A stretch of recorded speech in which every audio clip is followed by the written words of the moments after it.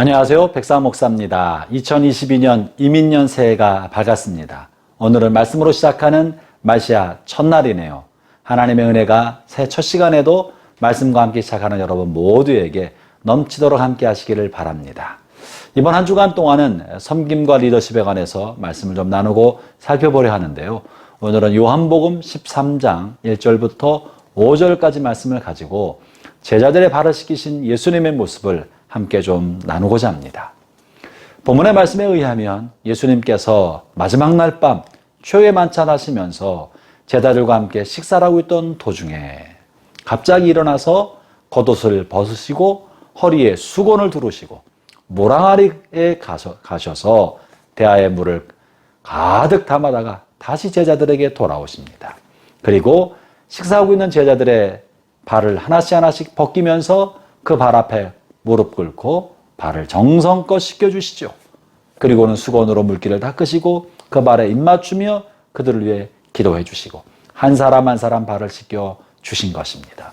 도대체 예수님은 왜 이 마지막 식사 도중에 제자들의 발을 씻겨 주셨을까요? 평소에 하셨던 일이 아닙니다. 왜 이날 갑자기 이런 일을 하셨을까요?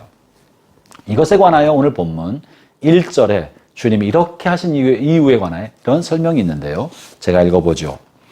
6월절 바로 전에 예수님께서는 자신이 이 세상을 떠나 아버지께로 돌아가실 때가 왔다는 것을 아셨습니다.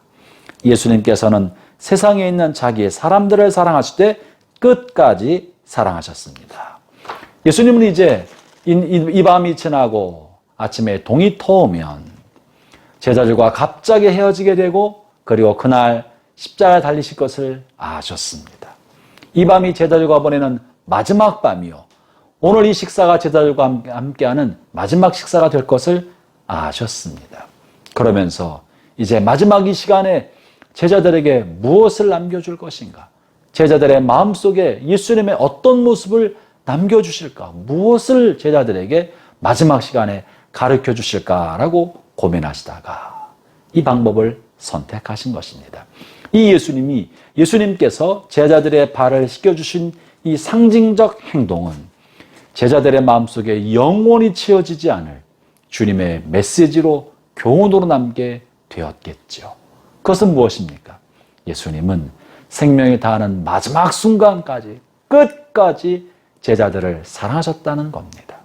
그리고 예수님의 사랑은 발을 씻겨주는 섬김으로 표현됐다는 거예요. 그러면 예수님이 이렇게 말씀하십니다. 오늘 본문 14절, 15절에 이렇게 말씀하시는데요. 내가 선생과 주로서 너희 발을 씻겼으니 너희도 서로 발을 씻겨주어야 한다. 내가 너희에게 행한 그대로 너희도 행하게 하기 위해 내가 본을 보여준 것이다. 예수님께서 이렇게 마지막 시간 제자들의 발을 씻겨주신 것은 내가 선생이지만, 내가 주지만, 내가 리더고, 내가 CEO고, 대표고, 내가 하나님이지만 내가 이 자리에서도 너희들의 발을 씻기고 섬긴 것처럼 너희가 이 사회에서 세상을 살아갈 때 어떤 위치에 있던지 간에 너희도 사람을 섬기는 사람이 되어야 한다. 사람들의 발을 씻겨준 사람이 되어야 한다는 것을 알려주기 위한 것입니다.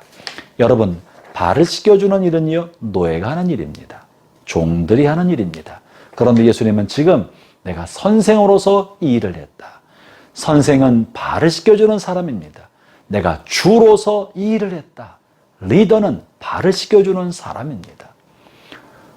하나님께서 공동체의 대표로 세워주고 지도자로 세워준 사람은 공동체원들의 발을 씻겨주는 사람, 섬기는 사람이라는 사실을 말씀해주고 계시는 거예요.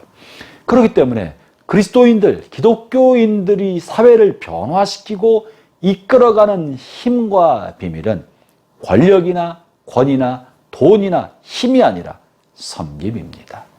이 섬김은 자기 희생을 통한 섬김인 것입니다. 나의 물질과 시간을 드리고 자존심을 드리고 애쓰는 땀과 희생의 눈물을 들여서 섬기는 겁니다. 그 섬김과 자기 희생이 사람들의 마음속에 권위를 심어주고 그것이 사람들의 속사람을 변화시키는 능력이 됩니다. 세상 사람들은 돈이나 권력이나 신분과 지위를 가지고 사람들을 지배하려 하지만 너희들은 그렇게 해서는 안 된다. 너희들이 세상을 이끌어가는 방법, 영향력을 주는 방법은 섬김과 자기 희생이라고 말씀해 주신 것이죠.